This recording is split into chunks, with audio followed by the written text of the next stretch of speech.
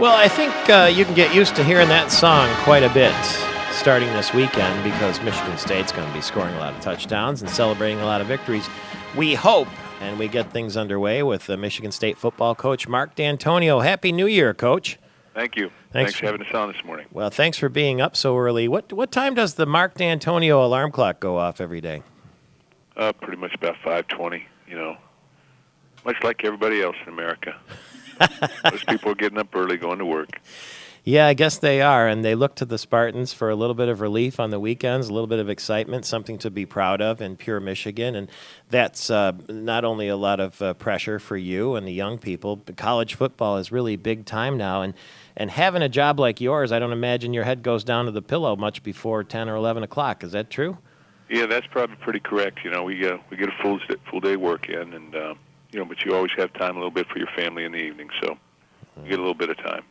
Well, we appreciate the sacrifices that everybody makes so that we can have a good time on the weekend. And yesterday it was Jim Delaney who sort of stole all the headlines there by announcing the new Big Ten divisions, and we've been speculating about it for weeks. And let me just tell everybody who doesn't know yet, Division I, because they're not really named yet, and so one doesn't signify anything, but Division I, we'll call it just for now, is Michigan, Michigan State, Nebraska, Iowa, Northwestern, and Minnesota. How do you like the way that that division shapes up? And you're going to get a piece of Nebraska every year. Well, you are, and there were a lot of different ways that this could have been worked out, and I saw a couple of different examples. I thought Mark Hollis, our athletic director, did a great job, really trying to push the scenario that we have right now.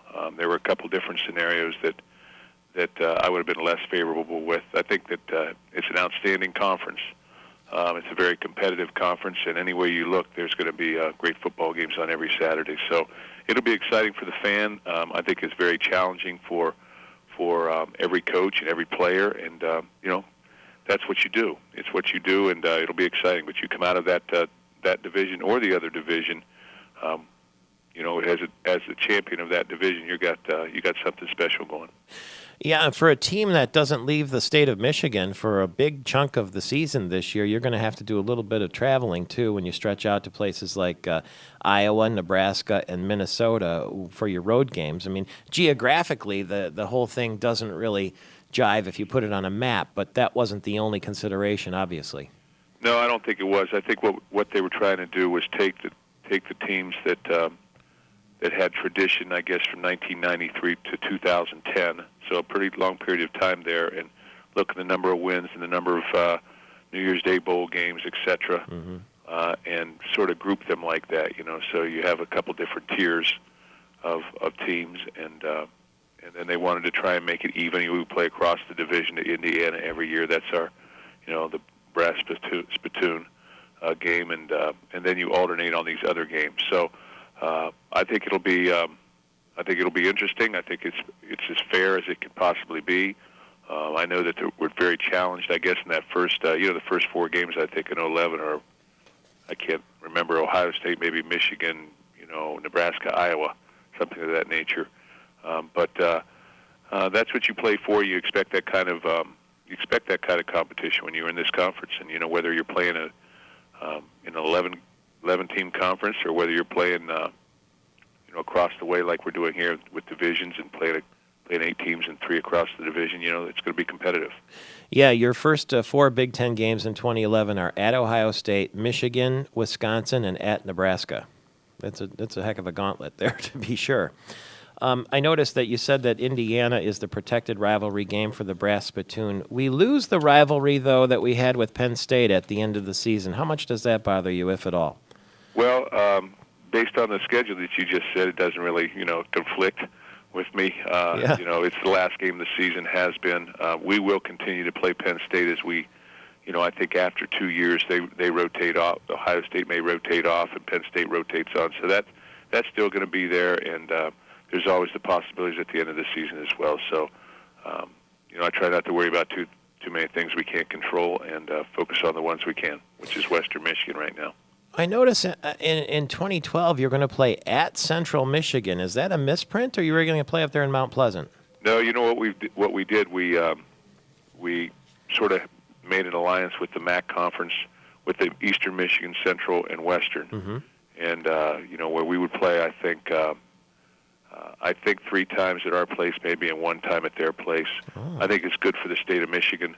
I think it creates an atmosphere in those places and around this state. So when they asked me if I was in favor of doing that, I said that sure, absolutely. I think what's good for Michigan is good for Michigan State. What's good for the state of Michigan is good for Michigan State. And it just brings more commerce and keeps it in the state. So many times, we're paying, to play a MAC team and to come in here, you're going to pay them $800,000 or so.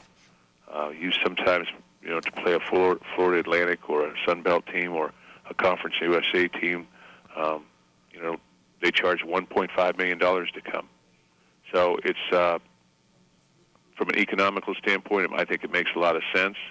From the standpoint of our fans being able to see us play in this state more often, it makes a lot of sense. And I think, it helps the economy, whether it's in Kalamazoo or Mount Pleasant or down in the Ypsilanti area. I think it helps the businesses, and I think that's what we should be about right now, is helping people in Michigan.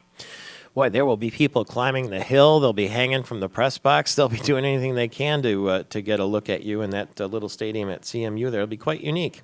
Yeah, I think it will be. So it'll be obviously, it'll be challenging. Yeah. But Dan Enos has the program up there now, so we're looking forward to playing them again. Yeah, that'll be fun. Now, you're going to play at Ford Field in a couple of weeks, and I noticed the first Big Ten championship game is going to be at Lucas Oil Field in Indianapolis. We all have our fingers crossed that maybe in future years the Big Ten championship could be at Ford Field. Could you see that happening? Yeah, again, I don't try not to worry about the things that we can't control. I think there's a number of venues around that, they could probably host that game, but I think they want to keep it inside, so that leaves one of a couple different places. But, I'll leave that to the minds of the Big Ten Conference. Is it kind of counterintuitive to the Big Ten to play the championship game indoors? After all, we're the 3 yards in a cloud of dust outside in a crisp autumn Saturday kind of thing. Is it a little unusual to play that inside in late November?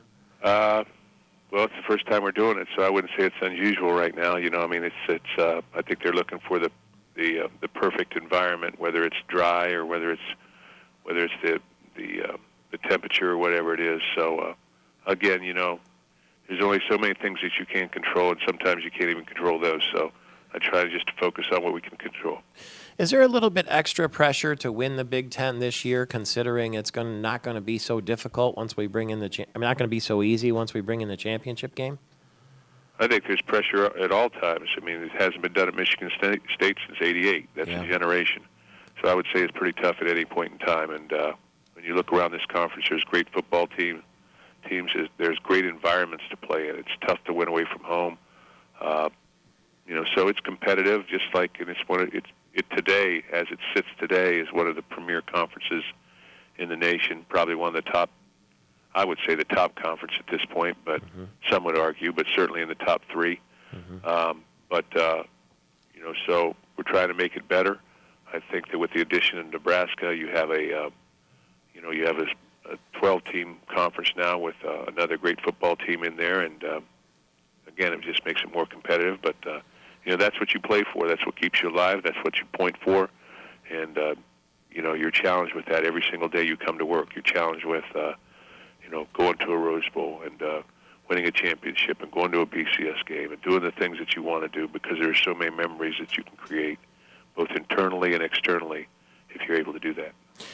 Here is what Lynn Henning wrote in the Detroit News about the Spartans. He said the Spartans can go 9-3 unless their kicking game betrays them, which is possible.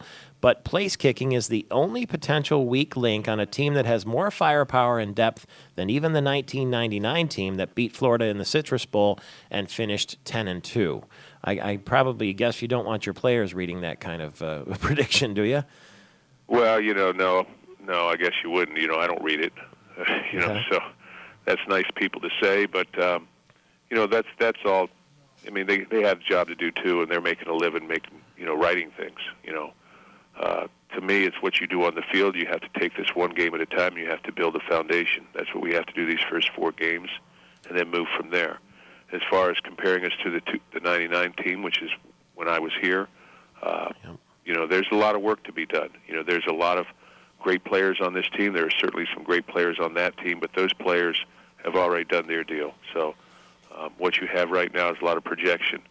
And I could sit here and say, last year we were picked third in the conference and we didn't play as well. Well, we were young. This year we're picked far, far below that. But I think we have more experience, and I think we have more depth and are a little bit more polished football team. So we'll see how it all shakes out. I talked with Tom Izzo the other day on the air, asked him, you can hear what I asked him and his answer about the football season. Here it is. Are you ready for some football? I always see you at the Spartan football games. Are you ready for some action? I see you, and I'm really, pleased with the direction Mark's taking this thing, and it's just a beautiful, beautiful morning. It reminds me so much of football, getting a little cooler. Last night I stopped by and watched the band practice. I think they practice as hard as the athletic teams, and I sat there for 40 minutes and just watched them. And yeah, it's football season. That's even a more favorite time of year for me. Yes, you have a nice collegial relationship there, huh? Yeah, he's a good man. He's a good friend of ours, and I say all the time, as soon as I get to basketball season, man, I like basketball season, Tom. I can come, I can sit at those games, and I can watch, I can be a fan, and I can enjoy the atmosphere, and that's what makes it so unique. For him and for me, I guess we just flip flop, times. When he's in his, going down through February, that's the toughest time for him. In early March, and that's the best time of the year for us. Yeah. And I think that the reverse is true now. He has a chance to watch, be a fan, but I appreciate everything Tom Izzo does for Mark Dantonio and his family, and he's a great friend. I remember seeing you at the Final Four pep rally, in fact, that night when the team came back, and you were grinning from ear to ear, and we'll hope you're grinning from ear to ear after every game this season. We'll see you at Spartan Stadium starting this Saturday with Western Michigan, and thanks for the time, Coach. Okay, thanks again for having us on. You bet. All the best to Mark Dantonio, the Michigan State Spartan football coach. I'm Michael Patrick Shields.